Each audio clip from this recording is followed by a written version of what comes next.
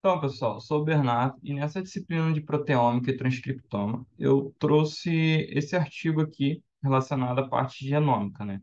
Ele é intitulado como Microplásticos de polietileno induzem danos mitocondriais em camundongos nas células de C2. Bom, introduzindo então, primeiramente é necessário a gente falar do plástico, né? O plástico, ele é um material que está basicamente em todos os lugares, em todas as áreas do nosso cotidiano. Não é exagero falar que, entre aspas, a evolução da sociedade, ela está relacionada com a questão do descobrimento do plástico. O plástico ele está na indústria automobilística, alimentícia, ele é recipiente de diversas coisas, ele está nos brinquedos, enfim.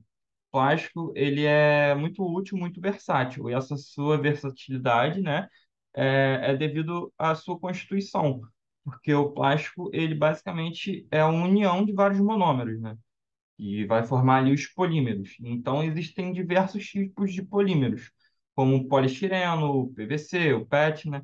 E, por exemplo, o próprio poliestireno, que ele vai ser usado nesse trabalho, ele são várias moléculas de estireno, né? Vários monômeros que dão origem ao polímero. Qual o polímero? Poliestireno, né? Bom, e toda a problemática do plástico, ela está relacionada ao seu descarte inadequado, né? Que uma vez que há um descarte inadequado, vai parar, por exemplo, em lagos, rios, lagoas e nos mares, esse plástico ele é degradado. E uma vez que ele é degradado, ele forma um microplástico. Essa degradação pode ser de origem é, é, é, fotooxidativa, o próprio atrito, né? Do plástico, né, com substâncias, enfim. Então, há um novo protagonista como um poluente emergente, né, um poluente ambiental, que é o microplástico, né? E estudos demonstram que o microplástico está presente em diversos corpos d'água, né?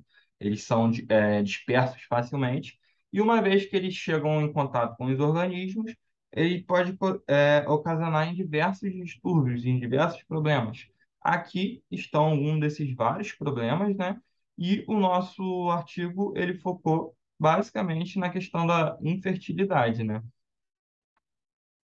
Então, falando mais especificamente da infertilidade, que os microplásticos, né, estudos, o artigo vem se baseando em literaturas que diziam que o microplástico ele pode acarretar em distúrbios na mitocôndria. E uma vez que ele acarreta em distúrbios na mitocôndria, né, a gente sabe que, por exemplo, o espermatozoide ele é uma célula que ela é móvel e essa mobilidade ela depende de uma energia e a energia depende da mitocôndria. Então, se há um distúrbio na mitocôndria, em células, em organelas da mitocôndria, pode ter um distúrbio na questão da espermatogênese, né? Na formação dos espermatozoides. Eles podem vir com anomalias e assim como espermatozoides fundidos. Então, isso pode gerar danos na questão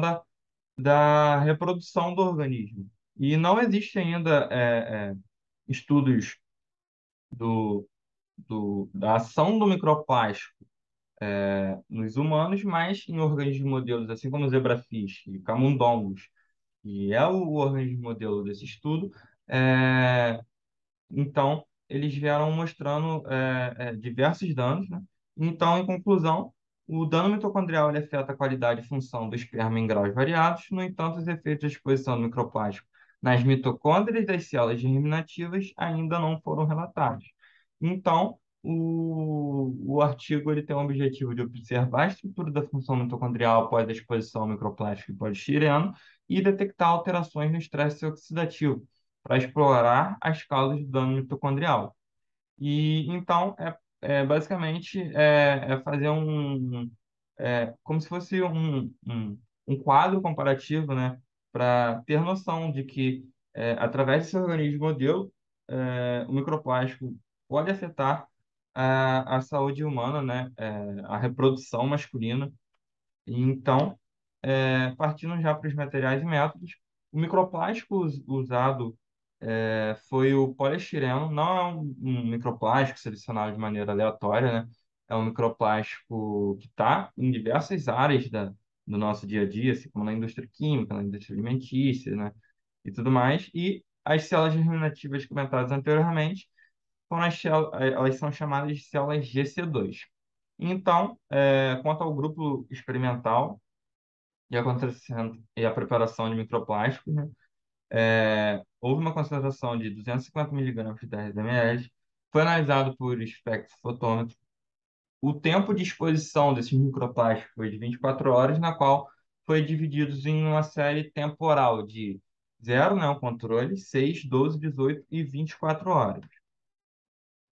Bom, aqui eu destaco a questão das células que foram expostas às concentrações de 0 microgramas por ml, 50, 100, 200, 400 e 800 por 24 horas, 24 horas, né? Bom, a observação da estrutura mitocondrial, ela foi feita por um microscópio de eletrônico de transmissão Hitachi, Japão, que é esse cara aqui. E entrando então na questão da parte gênica e expressão de proteínas, né? É, a, Houve então um PCR comum e um PCR de fragmentos longos. E após a exposição ao microplástico, o DNA genômico dos dois grupos de células foi extraído e a concentração do DNA ela foi detectada usando o microespectrofotômetro, né? Então, 200 nanogramas de DNA foram usados como molde para amplificação do PCR de fragmentos longos e amplificação dos PCR comuns. E os primers eles foram sintetizados pela Sangam Biotech, né? E, além disso, fragmentos curtos foram usados como genes internos. E a integridade do genoma mitocondrial foi analisada usando as proporções de fragmentos longos e curtos, né? E houve, então, o PCR quantitativo de fluorescência, né? É, com essa exposição do microplástico, o RNA de diferentes grupos foi extraído usando um kit de RNA total, assim como essa concentração do RNA foi detectada usando também um microespectrofotômetro, e o RNA foi transcrito reversamente em cDNA, usando um kit de transcrição reversa. E eles também fizeram um Western blot, né? Que é uma técnica bem estabelecida, né, que ela é usada para detectar e analisar e quantificar proteínas, né? É um método bem amplo utilizado para detectar moléculas de proteínas específicas em amostras complexas, como homogenado de tecidos e de dados celulares, né? Então, o potencial da membrana mitocondrial foi usado por esse kit, né, da Biotime. Houve um teste de função mitocondrial, conteúdo de ATP, né? Assim como também houve uma citometria de fluxo, né, para avaliar o nível de espécies reativas de oxigênio intracelular, que é uma técnica utilizada para contar, examinar e classificar partículas microscópicas suspensas em meio líquido em fluxo. E quanto às análises estatísticas, foram usadas por esse software e eles usaram também esses testes aqui. Então, partindo para os resultados, aqui, primeiramente, a gente pode observar, no grupo controle, que não houve nenhuma autofagia, né? Com é, e já no grupo aqui que foram expostos ao microplástico poliestireno, houve autofagia, né? Há gotículas de lipídios, né? Lisossomos entrando em ação.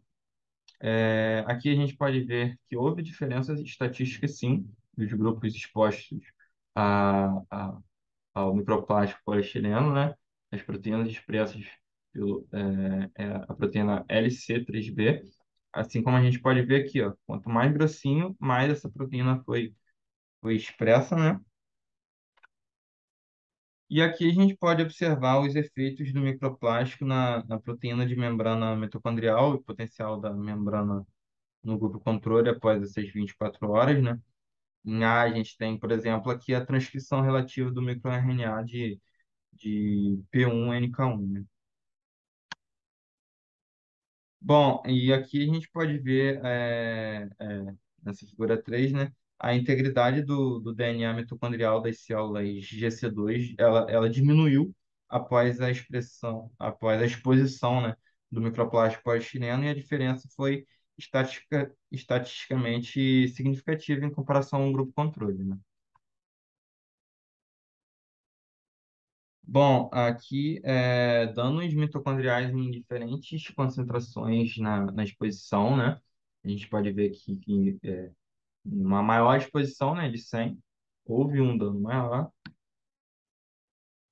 E falando do nível de oxidação celular no grupo controle, em 6, 12, 18 e 24 horas, né? Teve uma intensidade, análise por intensidade de fluorescência e tudo mais.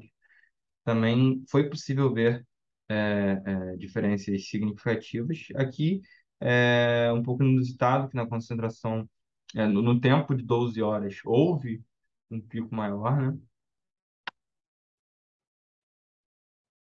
E aqui são gráficos relacionados a, a- ao dano mitocondrial e à oxidação, é, oxidação celular, né? Grupos expostos. Ó.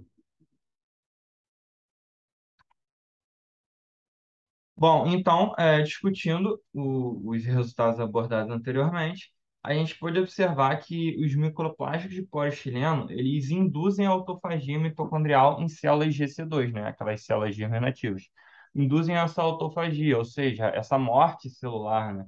E então a detecção da proteína da autofagia LC3B, que a gente falou anteriormente, confirmou que o microplástico poliestireno induziu essa autofagia mitocondrial, né?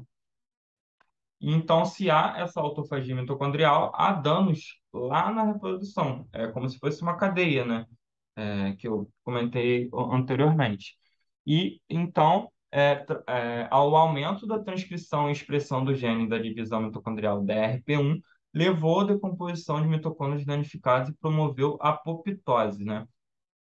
E devido à falta de proteção de histona e sistemas eficazes de reparo de danos de DNA, o genoma mitocondrial é particularmente sensível a danos externos.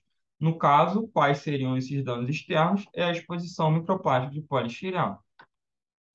Então, em conclusão, a gente pode concluir que o microplástico poliestireno pode danificar a estrutura mitocondrial das células GC2.